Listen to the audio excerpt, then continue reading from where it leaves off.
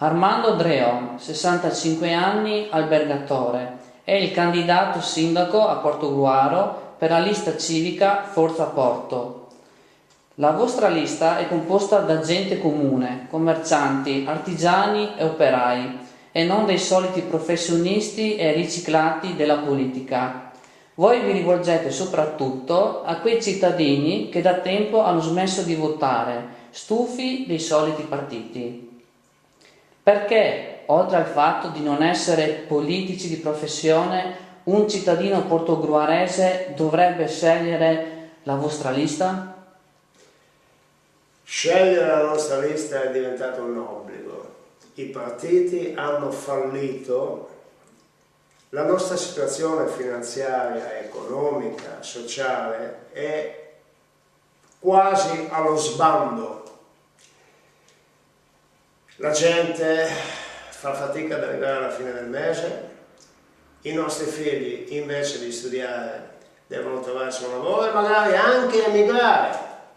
E allora, quando le cose sono così, serve un nuovo patto sociale, una nuova voglia di occuparsi della cosa pubblica, un cambiamento.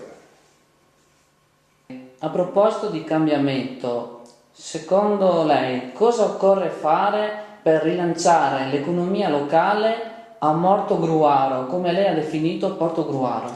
Sì, morto Gruaro perché l'economia di questo comune è morta. Bisogna assolutamente dare incentivi alla media e piccola impresa, bisogna rilanciare il commercio, bisogna fare in tutte le maniere, bisogna accorciare la fila della gente presso gli uffici sociali, in maniera di dare loro la possibilità di trovare un lavoro congruo, equo, in maniera che possano soddisfare i loro bisogni, le loro ambizioni e la loro voglia di andare avanti e di arrivare alla fine del mese il prima possibile. Lei è favorevole alla creazione di parcheggi sotterranei a Portogruaro e il centro storico dovrebbe rimanere comunque e sempre aperto al traffico per agevolare le attività economiche? I parcheggi sotterranei non si devono fare, mettono a repentaglio la pressione idraulica sotterranea e creando pericoli di cedimenti anche per i palazzi contigui a quelle costruzioni che si vogliono fare. Non si devono fare. Per quel che riguarda il traffico bisogna in qualche maniera riattivare il commercio della città, anche se è necessario, magari riaprendo un po' il traffico.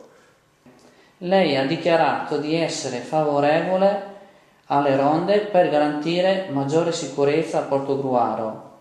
Ma da chi dovrebbero essere formate queste ronde?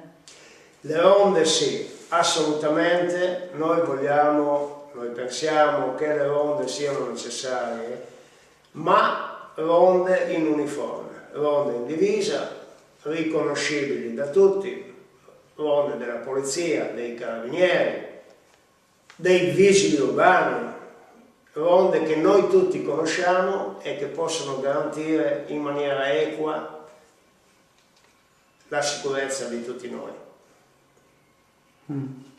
Lei ha anche parlato di federalismo fiscale. Lei sarebbe dunque favorevole alla proposta di alcuni sindaci di portare al 20% la quota di IRPEF da assegnare ai comuni?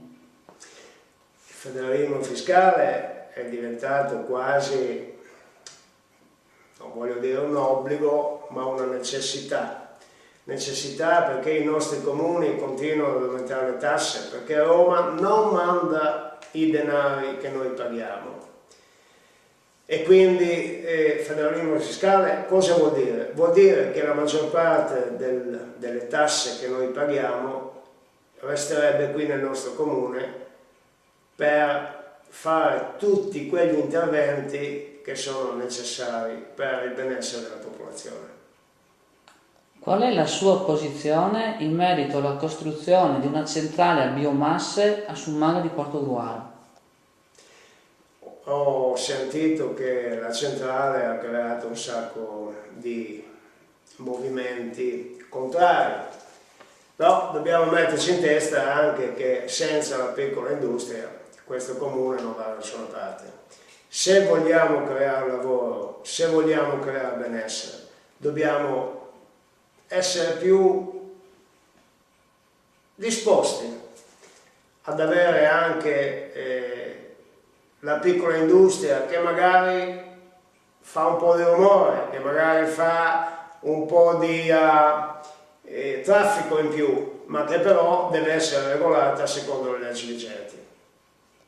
Che cosa propone per dare più peso e maggiore ascolto alle richieste che provengono dalle frazioni di Portogruaro? Le frazioni, mi scuso tanto che non ho potuto visitarle più di quello che avrei voluto, però anche da Lugugnana ci sono stati un sacco di problemi che poi sono stati risolti, non sono stati risolti e le frazioni si sentono un po' abbandonate. Avremmo voluto essere presenti, spiegarvi quello che vogliamo fare, non abbiamo potuto farlo, abbiamo avuto altri problemi da risolvere, però ci pensiamo e con il vostro aiuto, se voi ci aiuterete con il vostro voto, non promettiamo, ma ci penseremo. Guardando i programmi dei suoi avversari maggiori, cioè Bertoncello e Tavaro, con quale di loro trova maggiori affinità? Ma siamo in campagna elettorale. I politici promettono un po' di tutto. Noi non vogliamo fare false promesse. Noi abbiamo una lista fondata per e con i cittadini di questo comune, con la gente che è stufa di votare i partiti che poi non mantengono le loro promesse, che non si fanno più vedere sul territorio fino alle prossime elezioni. Allora noi non possiamo dare promesse, possiamo solo impegnarci a lavorare, possiamo dirvi qui siamo, qui resteremo e ci impegneremo per portare avanti il bene comune per tutti noi e creare ricchezza per tutte le famiglie di questo territorio.